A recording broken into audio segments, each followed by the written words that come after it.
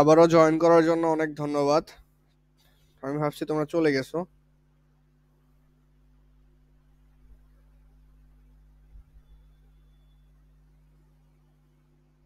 তোমরা কি ডিনার করছো? ক্ষুধা লাগছে অনেক?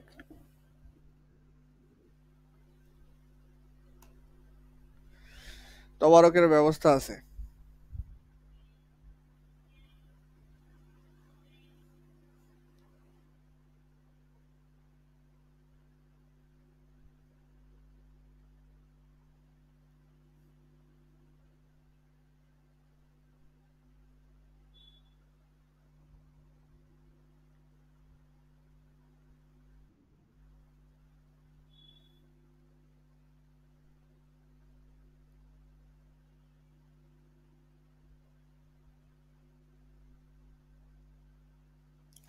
ওকে ওকে, শুরু করতেছি আবার।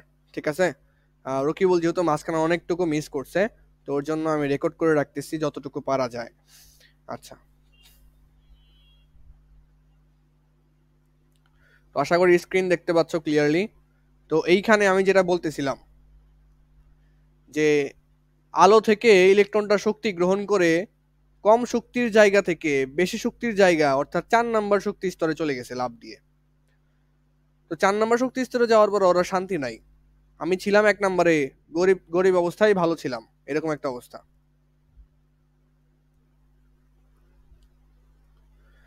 আচ্ছা, তো ইলেকট্রন যখন 4 নম্বর শক্তি স্তরে চলে গেল, তখন তার স্ট্যাবিলিটি বা স্থায়িত্ব কমে গেল।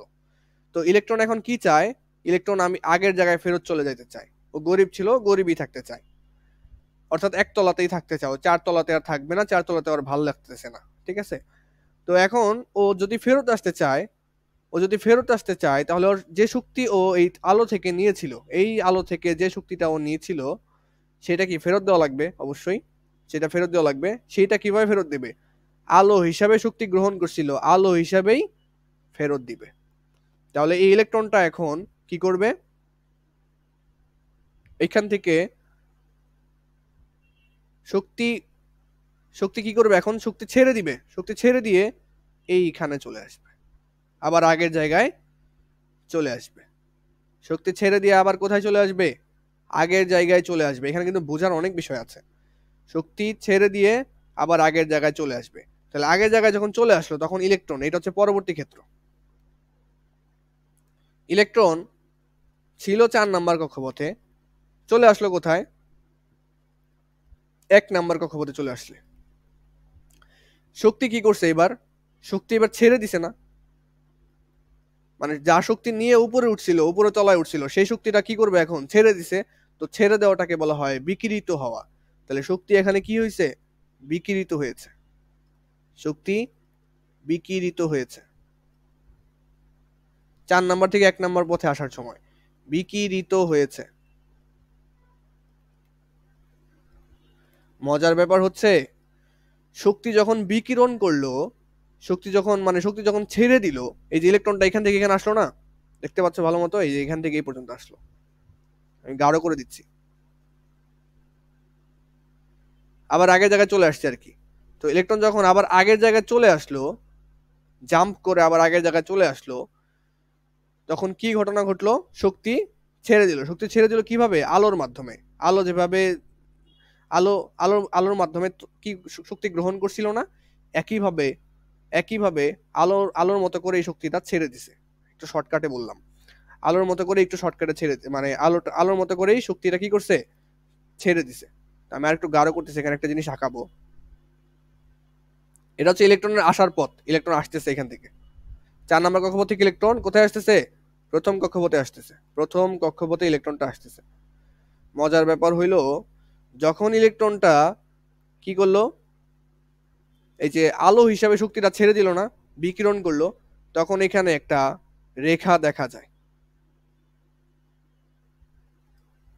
এবং এই রেখাটা প্রিজমের মধ্যে দিলে আমরা যেটা দেখতে পাই, এই রেখাটা যখন আমরা প্রিজমের মধ্যে দেই, তখন আমরা যে আলোটা দেখতে পাই সেটাকে বলা হয় বর্ণালী। বুঝতে পারছো বর্ণালী কি?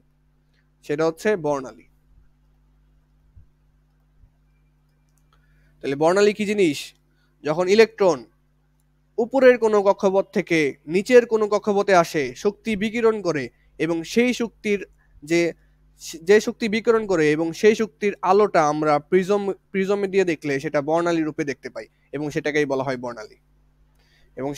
হয় বর্ণালী। ডিপ কনসেপ্ট, কিন্তু এত ইজি না সবকিছু। আচ্ছা, তো এই যে আমি আলোটা দিছিলাম না এখানে, এই যে আলোক তরঙ্গ, এই যে আলোটা, এই আলোটার একটা শক্তি আছে, আলোক শক্তি। এই জিনিসটা তোমরা পদার্থবিজ্ঞানে পড়বা, এখানে সরাসরি শেখা হয়।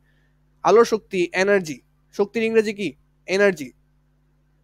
Energy, ENERGY, energy. এনার্জিকে প্রকাশ করা হয় ই দ্বারা।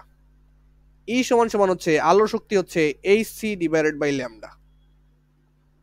HC divided by lambda. যে আলোটা দিয়ে আমরা ইলেকট্রনকে কি করছি? ইলেকট্রনকে শক্তি দিছি যে আলোটা দিয়ে। এবার আসো, যে আলোটা দিলাম মানে আলোর শক্তি, আলোর শক্তি, আলোর শক্তি যা, ওই তো ইলেকট্রনকে শক্তি দিছে, তাহলে আলোর শক্তি যা, ইলেকট্রনের তত তত পরিমাণে শক্তি দিছে। ইলেকট্রনকে 1 নাম্বার থেকে 4 তলায় উঠানোর জন্য শক্তি দিছে কে? আলো। তাহলে আলোর যা শক্তি আছে তাই তো দিয়ে দিছে ইলেকট্রনকে। তাহলে আলোর শক্তিটা কি? আলোর শক্তিটা হচ্ছে E equals to hc divided by lambda. Hc divided by lambda. এখানে পরিচয়গুলো আমাদের জানা লাগবে। এইচ মানে কি জানো? এইচ হচ্ছে, এই সূত্রটা দিছে হচ্ছে, আচ্ছা আমি তোমাদের সরাসরি পড়াই ফেলতেছি, দাঁড়াও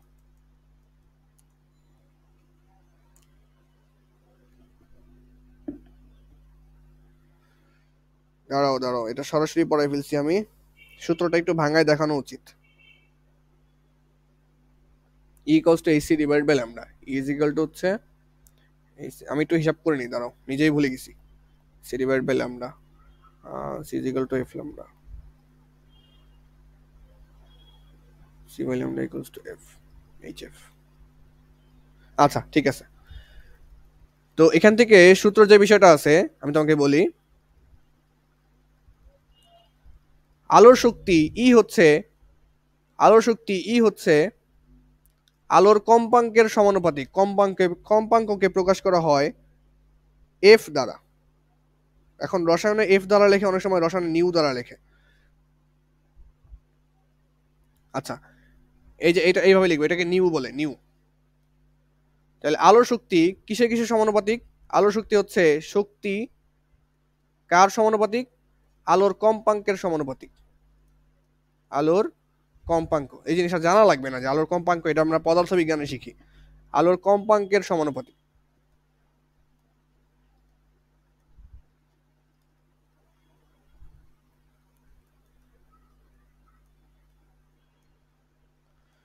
তাহলে আলোর শক্তি ডিপেন্ড করে কিসের উপর? আলোর কম্পাঙ্কের উপর। আলোর কম্পাঙ্ক যত বেশি, আলোর শক্তি তত বেশি। এখন শক্তিকে প্রকাশ করা হয় ই দ্বারা, এনার্জি, এবং আলোর কম্পাঙ্ককে প্রকাশ করা হয় নিউ দ্বারা। নিউ দ্বারা প্রকাশ করা হয়, ঠিক আছে? আচ্ছা, এখন সমানুপাতিক যদি আমি উঠাই দিই, এটা সমানুপাতিক চিহ্ন, তাহলে ই সমানুপাতিক যদি উঠাই দিই, একটা সমান সমান আসবে এবং একটা আসবে ধ্রুবক। এখানে আসবে কে? একটা ধ্রুবক, সাথে থাকবে হচ্ছে নিউ। সবসময় মনে রাখবে, একটা সমানুপাতিক চিহ্ন উঠাই দিলে কি আসে? একটা ধ্রুবক আসে, আর একটা সমান সমান চিহ্ন আসে। তাহলে সমান সমান, এখানে যে ধ্রুবকটা আসবে সেইটা হচ্ছে এইচ। এইচটা কি? Planck constant. প্ল্যাঙ্ক প্ল্যাঙ্ক প্ল্যাঙ্কের ধ্রুবক বা প্ল্যাঙ্ক ধ্রুবক। এইচটা হচ্ছে প্ল্যাঙ্কের ধ্রুবক, ঠিক আছে? এইচটা হচ্ছে প্ল্যাঙ্কের ধ্রুবক। এই সূত্রটা কে দিছে? এই সূত্রটা দিছে হচ্ছে প্ল্যাঙ্ক। ম্যাক্স প্ল্যাঙ্ক বলতে পারো, বৈজ্ঞানিক নাম জানা লাগবে না, শুধু মনে রাখো এটা হচ্ছে ম্যাক্স প্ল্যাঙ্ক। এই সূত্রটা দিছে, সেই সূত্রের ধ্রুবকটাও ও দিছে, যার নাম দিছে প্ল্যাঙ্ক ধ্রুবক। যেটা মানে কত? এটা মানে কত? 6.626 ইন্টু 10^34, না আমি ভুলে গেছি মনে হচ্ছে, 10^34 joule second. 6.626 into 10^34 joule second. এটা একটা ধ্রুবক বা কনস্ট্যান্ট। এটা অলওয়েজ কি থাকবে? কনস্ট্যান্ট থাকবে, এটা চেঞ্জ হবে না, চেঞ্জ হয় না, এই জন্য এটার নাম হচ্ছে ধ্রুবক। ধ্রুবক কখনো চেঞ্জ হয় না। তাহলে আমরা সূত্র কি পাইলাম? ই ইকুয়ালস টু এইচ নিউ। এই সূত্রের মানে কি? ই মানে কি? আলোর শক্তি, আলোর শক্তি। আচ্ছা, আমাদের আরেকটা সূত্র জানা লাগবে, সেটা হচ্ছে c equals to f lambda, না c equals to f lambda. আচ্ছা, আরেকটা জিনিস জানা লাগবে, সেটা হচ্ছে আলোর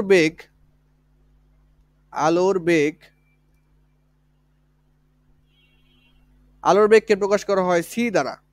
সি ইকুয়ালস টু বলা হয় মিউ ল্যামডা।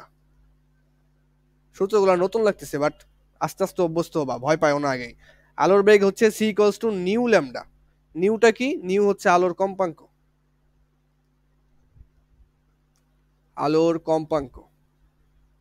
পরিচয়গুলো লিখে দিচ্ছি, হ্যাঁ। আর ল্যামডাটা কি? ল্যামডা হচ্ছে আলোর তরঙ্গ দৈর্ঘ্য। এগুলো আমরা ফিজিক্সে পড়াশোনা করব।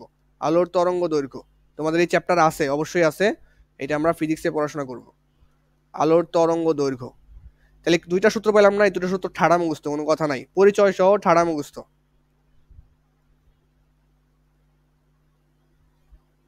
পরিচয় সহ ঠাটা মুখস্থ করা লাগবে এই দুটো সূত্র। তাহলে আলোর বেগ, আরেকটা কি, আরেকটা হচ্ছে আলোর শক্তি। এখন এই দুইটা সূত্রকে মিলাও। দেখো এখান থেকে তুমি মিউ সমান কি লিখতে পারো? দেখো তো, মিউ সমান কি লিখতে পারো? সি ডিভাইডেড বাই ল্যামডা না? এই যে মিউ, ল্যামডাটা এই পাশে এসে ভাগ হয়ে যাবে না? C divided by lambda, mu সমান সি ডিভাইডেড বাই ল্যামডা। ঠিক আছে, এখন আসো আরেকটা বিষয়ে। আমরা কি শিখছি? ই ইকুয়ালস টু হচ্ছে এইচ নিউ।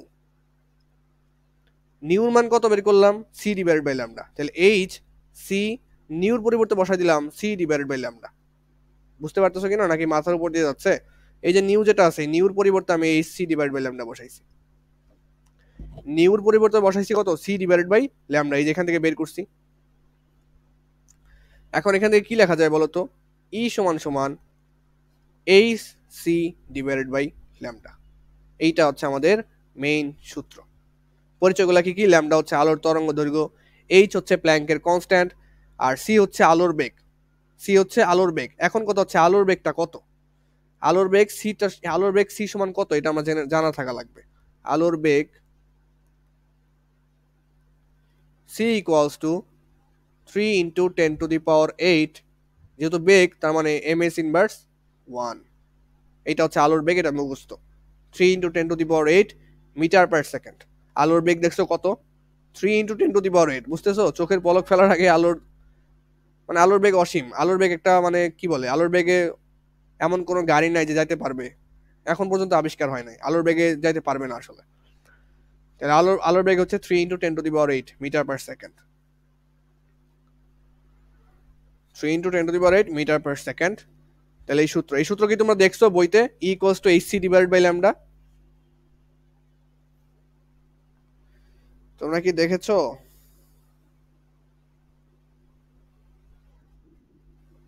মনে হয় বলতেছো? কি বললা তুমি? না বললা যে তোমাদের এই অধ্যায় শেষ হয়েছে, এটা তো বইতে লেখা ছিল। আচ্ছা, তাহলে আমরা কি দেখলাম? হ্যাঁ, তোমরা কি দেখ? আচ্ছা, হ্যাঁ, এটাই এটাই ওই সূত্র। এটা হচ্ছে আলোর শক্তি নির্ণয় সূত্র। প্ল্যাঙ্কের ধ্রুবক লাগে, আলোর বেগ লাগে, এবং আলোর তরঙ্গ দৈর্ঘ্য লাগে, তাহলেই আলোর শক্তি বের করা যায়। তাহলে এই যে দেখো, এই আলোর শক্তিটাই তো আমি ইলেকট্রনকে দিলাম। পরে ইলেকট্রনটা লাফ দিয়ে আবার চলে গেছে উপরে। তো লাফ দিয়ে উপরে চলে গেছে, উপরে ওর শান্তিতে নাই। এখন কি করবে? ওই আলোর যে শক্তিটা ওরা দিচ্ছে, ওই শক্তিটাও কি করবে? ছেড়ে দিবে। তো ইলেকট্রন নিচে নামার জন্য আলোর যে শক্তিটা আছে, যেটা ছেড়ে দিল, সেটা যখন ছেড়ে দিল, এটা আলো হিসাবে দেখা যাবে না। ওই আলোটাই হচ্ছে বর্ণালী। তো মানে যে আলোর শক্তি ও নিচ্ছে ইলেকট্রনটা একটু পরে কি করবে? ওই আলোটা ত্যাগ করবে নিচে নামার জন্য। তো আলোটা যখন ত্যাগ করবে, তখন ওইটাই আমরা প্রিজমের মধ্যে দিয়ে বর্ণালী হিসাবে দেখতে পাই। তো এই বর্ণালীগুলো দেখতে ঠিক এই যেরকম হয়, যে আমি দেখো এখানে রেখা আঁকাইছি, গোলাপি কালারে দেখো কি বলে এটাকে, রেখা আঁকাইছি। এটা বোঝা যাচ্ছে না অত ভালো মতো। এইটা হচ্ছে আমাদের বর্ণালী। তাহলে ইলেকট্রন যে শক্তিটা গ্রহণ করতেছে সেটা কত? E equals to h c divide by lambda. Electron যে শক্তিটা ত্যাগ করতেছে সেটাও কিন্তু একই। যে শক্তিটা গ্রহণ করছিল সেই শক্তিটাই কিন্তু আবার ফেরত দিয়ে দিবে। তাহলে গৃহীত শক্তি, বর্জিত শক্তি দুইটাই কিন্তু সেম এখানে, E equals to h c divided by lambda. আচ্ছা, তো তোমাদের এখানে বোঝার যে বিষয়টা আছে সেটা হচ্ছে, প্রথম কক্ষপথের একটা নির্দিষ্ট শক্তি আছে, দ্বিতীয় কক্ষপথের একটা নির্দিষ্ট শক্তি আছে। যেমন আমি 500 টাকা 1000 টাকা দিয়ে বুঝাইছি না, ওইটা হচ্ছে শক্তি। এই শক্তি মনে করো এটার মনে করো 500, এটার মনে করো যে 1000, এটার মনে করো 1500, এটার মনে করো যে 2000। তাহলে আস্তে আস্তে উপরের দিকে গেলে কি হয়, কক্ষপথের শক্তি বাড়ে। তাহলে উপরের দিকে কক্ষপথের শক্তি বাড়ে। শেষ করে দিব, 2 মিনিট লাগবে। কক্ষপথের শক্তি বাড়ে।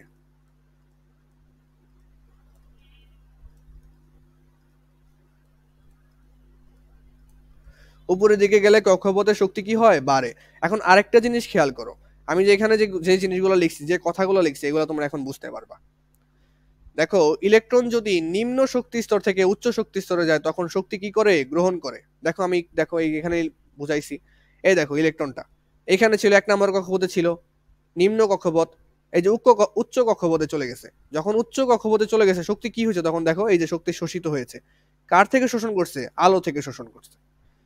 তাহলে বোঝা গেছে আলো কিভাবে শোষিত হয়েছে, ইলেকট্রনগুলো লাফ দিয়ে চলে গেছে কেন, শক্তির পার্থক্যের কারণে চলে গেছে, শক্তি বাইরে গেছে, ওর ওর ক্ষমতা বাড়ে গেছে, বা টাকা পয়সা বেড়ে গেছে, যেভাবে মনে রাখতে পারো।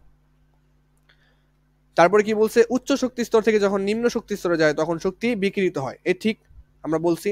এই যে 4 নম্বর কক্ষপথে আছে উচ্চ কক্ষপথ, উচ্চ কক্ষপথ থেকে 1 নম্বর কক্ষপথ মানে নিম্ন কক্ষপথে চলে আসছে, তখন সে শক্তি ছেড়ে দিছে না, তখন সে শক্তি ছেড়ে দিছে। এইটাই হচ্ছে বিকিরিত শক্তি।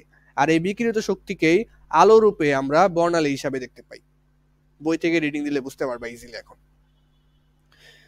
আচ্ছা, ঠিক আছে, তাহলে এতটুকু আমাদের বোঝা গেছে। এখন আরেক ছোট্ট একটা জিনিস ছেড়ে দিব, ছোট্ট একটা জিনিস, আরেক ছোট্ট একটা জিনিস জানা লাগবে। দেখো, আমরা ভরবেগ পড়ছি না বল অধ্যায়ে, আমরা দেখবা যে বল অধ্যায়ে ভরবেগ পড়ছি। ভরবেগ কি ছিল, ভর আর বেগের গুণফল ছিল ভরবেগ। এটা কোন ক্ষেত্রে ছিল, যখন একটা বস্তু এই যে রাস্তা দিয়ে চলে, এই যে মনে করো একটা গাড়ি, সে মনে করো যে রাস্তা দিয়ে চলতেছে, গাড়িটা যখন রাস্তা দিয়ে চলতেছে তখন হচ্ছে তার ভরবেগ হচ্ছে p = mv। এখন দেখো, এই যে ইলেকট্রন নিউক্লিয়াসকে কেন্দ্র করে চারদিকে ঘুরতেছে, ইলেকট্রনগুলো চারদিকে ঘুরতেছে। তাহলে ইলেকট্রনগুলো কি সোজা পথে, মানে ইলেকট্রনগুলো তো সোজা পথে যাচ্ছে না। দেখো এটা যেমন সোজা পথে যাচ্ছে, এটার কৌণিক ভরবেগ, এটা কি বলে, এটাকে বলা হয় ভরবেগ। এটা কৌণিক ভরবেগ না, এটাকে বলা হয় রৈখিক ভরবেগ। রৈখিক ভরবেগ মানে সোজা পথে যাচ্ছে, এটাকে বলা হয় রৈখিক ভরবেগ। রৈখিক ভরবেগ p = mv। বাট এই ইলেকট্রনের যদি আমি ভরবেগ বের করতে চাই, এটা কি আর রৈখিক ভরবেগ হবে? ও কি সোজা রাস্তা দিয়ে হাঁটতেছে না, তো ও তো ঘুরতেছে। তখন এটাকে বলা হয়, ওর যে ভরবেগ, তখন এই ওর ভরবেগকে বলা হয় কৌণিক ভরবেগ। ওর যে ভরবেগ সেটাকে বলা হয় কৌণিক ভরবেগ।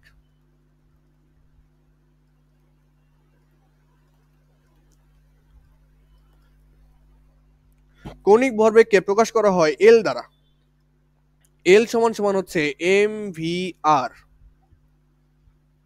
এমটা কি, এমটা হচ্ছে যে ঘুরতেছে, যে ঘুরতেছে, যার কৌণিক ভরবেগ নির্ণয় করবা, যে ঘুরতেছে তার ভর হচ্ছে এম। ভিটা কি, যত বেগে ঘুরতেছে, যত বেগে ঘুরতেছে, যত বেগে ঘুরতেছে। আরটা কি, যত কক্ষ মানে আরটা হচ্ছে ব্যাসার্ধ, যে ব্যাসার্ধে ঘুরতেছে, যে ব্যাসার্ধে ঘুরতেছে।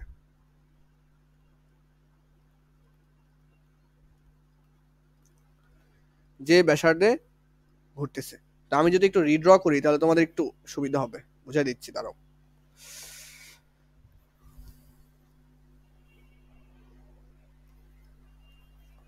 রাবারের ইস্যু করতেছে। আচ্ছা, আমি এখানেই আরেকটা চিত্র আঁকাই।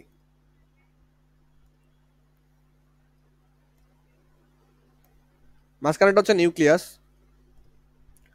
এই নিউক্লিয়াস থেকে এই পর্যন্ত যে দূরত্বটা, এটাই তো ওই বৃত্তের ব্যাসার্ধ, এই 1 নাম্বার কক্ষপথের ব্যাসার্ধ। আমি একটাই কক্ষপথ আঁকাইছি, একটাই কক্ষপথ আঁকাইছি এখানে, এন এন সমান সমান হচ্ছে 1। একটাই কক্ষপথ আঁকাইছি, মাঝখানে এটা হচ্ছে নিউক্লিয়াস, এটা তোমরা বুঝতে পারছো, এটা হচ্ছে প্রোটন এবং নিউট্রন থাকে এখানে।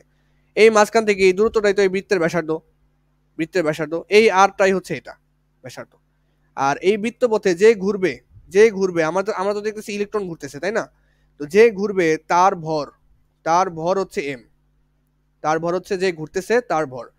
আর যত বেগে ঘুরতেছে ইলেকট্রনটা, মনে করো এইদিকে ঘুরতেছে একটা ভি বেগে, স্পিড আর একটা গতি আছে না, ভি বেগে ঘুরতেছে, যত বেগে ঘুরতেছে সেটা হচ্ছে ভি। তাহলে এটা কি, ভিটা কি, ইলেকট্রনের বেগ। তাহলে এখন আসল পরিচয় আসো। এল ইকুয়ালস হচ্ছে এম ভি আর। এমটা হচ্ছে ইলেকট্রনের ভর, কারণ এখানে আমাদের এখানে ইলেকট্রন ঘুরতেছে, ইলেকট্রনের ভর। ভিটা হচ্ছে ইলেকট্রনের বেগ, এবং আরটা হচ্ছে কক্ষপথের ব্যাসার্ধ, যে কক্ষপথে ঘুরতেছে সেটার ব্যাসার্ধ। এই যে দেখো 1 নাম্বার কক্ষপথে ঘুরতেছে, তাহলে 1 নাম্বার কক্ষপথের ব্যাসার্ধ। এটা শুধু ব্যাসার্ধ আমি লিখে রাখলাম, তোমরা আশা করি বুঝবা, আমি অঙ্ক করাবো তখন বুঝবা। শুধু ব্যাসার্ধ আমি লিখে রাখলাম। এখন বোর পরমাণু মডেল এখানে কি করলো আবার, এতক্ষণ তো বোর পরমাণু মডেল পড়তেছিলাম, ওইখানে থেকে চলে গেলাম কৌণিক ভরবেগে। বোর পরমাণু মডেল যেটা বলছে, বোর পরমাণু মডেল যেটা বলছে আমাদেরকে যে ইলেকট্রনের কৌণিক ভরবেগ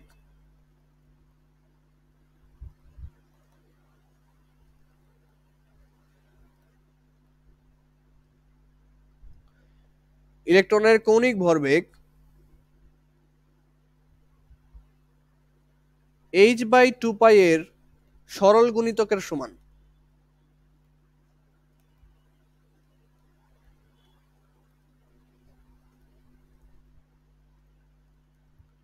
h/2π এর সরল গুণিতকের সমান। আমরা যেটা জানি সেটা হচ্ছে L = mvr, এটা হচ্ছে কৌণিক ভরবেগ, এটা আমরা শিখলাম না মাত্র যে এটা হচ্ছে কৌণিক ভরবেগ। তাহলে বোর কি বলছে, ইলেকট্রনের কৌণিক ভরবেগ, বোর যেটা বলছে সেটা হচ্ছে ইলেকট্রনের কৌণিক ভরবেগ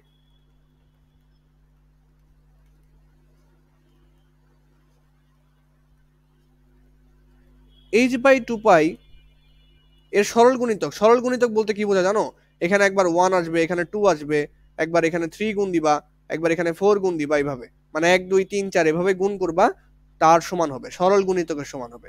তো সরল গুণিতক বলতে এখানে আমরা যেটা বুঝবো সেটা হচ্ছে কক্ষপথ সংখ্যা n। কারণ n এর ভ্যালু কি হয়, n এর ভ্যালু হচ্ছে 1 থেকে শুরু হয়, 1 হইতে পারে, 2 হইতে পারে, 3 হইতে পারে, 4 হইতে পারে, এরকম। তাহলে ইলেকট্রনিক কৌণিক ভরবেগ কি পাইলাম, বোর অনুযায়ী n/2π। আমরা কি জানি, L = mvr। তাহলে দুইটা সমান হইল না, এটাও কৌণিক ভরবেগ, এটাও কৌণিক ভরবেগ, তাহলে ব্যাপারটা কি লেখা যায়, সুতরাং হ্যাঁ, শেষ হয়ে যাবে 2 মিনিট লাগবে। আচ্ছা, তাহলে কৌণিক ভরবেগ L, এটা আমরা জানি L হচ্ছে mvr। আর বোর পরমাণু মডেল কি বলছে, কৌণিক ভরবেগ হচ্ছে nh/2π, nh/2π। তাহলে ব্যাপারটা কি হলো, দুইটা সমান হইলো না, কারণ ও বলছে, বোর বলছে যেটা ওইটাও মানতে হবে, আর আমরা যেটা শিখছি ওইটাও মানতে হবে। এটা যদিও তোমরা শিখো নাই, এটা হচ্ছে ইন্টারের পড়া mvr, এটা তো যদিও তোমরা শিখবা না, ইন্টারে গিয়ে শিখবা ইনশাল্লাহ। আচ্ছা, তাহলে এটা হচ্ছে আমাদের কৌণিক ভরবেগ নির্ণয়ের সূত্র, ইলেকট্রনের কৌণিক ভরবেগ নির্ণয়ের সূত্র। এইচ এর ভ্যালু তোমরা জানো, পায়ের মানও জানো, সবকিছু জানো। এন এর ভ্যালু হচ্ছে 1 2 3 4 হইতে পারে, ডট ডট ডট ডট। আর এল হচ্ছে কৌণিক ভরবেগ, mvr, এম হচ্ছে ইলেকট্রনের ভর, কত হয় 9.11 ইন্টু 10⁻31 কেজি, মুখস্থ। এটা হচ্ছে ইলেকট্রনের বেগ, সেটা জানি না। তারপর এটা হচ্ছে কক্ষপথের ব্যাসার্ধ আর, সেটাও জানি না। ঠিক আছে, ওগুলো বের করতে হবে বা দেওয়া থাকবে। তাহলে এই হচ্ছে আজকের ক্লাস, খুবই দ্রুত শেষ করলাম লাস্টের দিকে, অনেক ইম্পর্টেন্ট পার্ট এই 4 নাম্বারটা। তাহলে আমি এতক্ষণ কি বললাম, এই 4 নাম্বার যেটা আছে এটা 4টা স্টার দিলেও কম হয়ে যায়, আরো একটা স্টার যোগ করে দাও, 5 স্টার রেটিং, এখান থেকে প্রশ্ন আসার সম্ভাবনা সবচেয়ে বেশি। তাহলে কি বোঝা গেছে, বুঝতে পারছো বোর পরমাণু মডেল? বলো বলো। বুঝতে না পারলে এই ক্লাস আরেকবার নেওয়া লাগবে, কারণ এগুলো বোঝা দরকার। ইনশাল্লাহ, তার মানে আরেকবার করবা? এই ক্লাসটাই আবার করবা নাকি সামনে আগাবো? কালকে ইনশাল্লাহ। নিঃশ্বাস বন্ধ হয়ে যাচ্ছে নাকি? আচ্ছা, খাওয়া দাওয়া করো, সুস্থ থাকো, নিজের খেয়াল রাখো, এটাই কামনা। আল্লাহ হাফিজ তোমাদেরকে।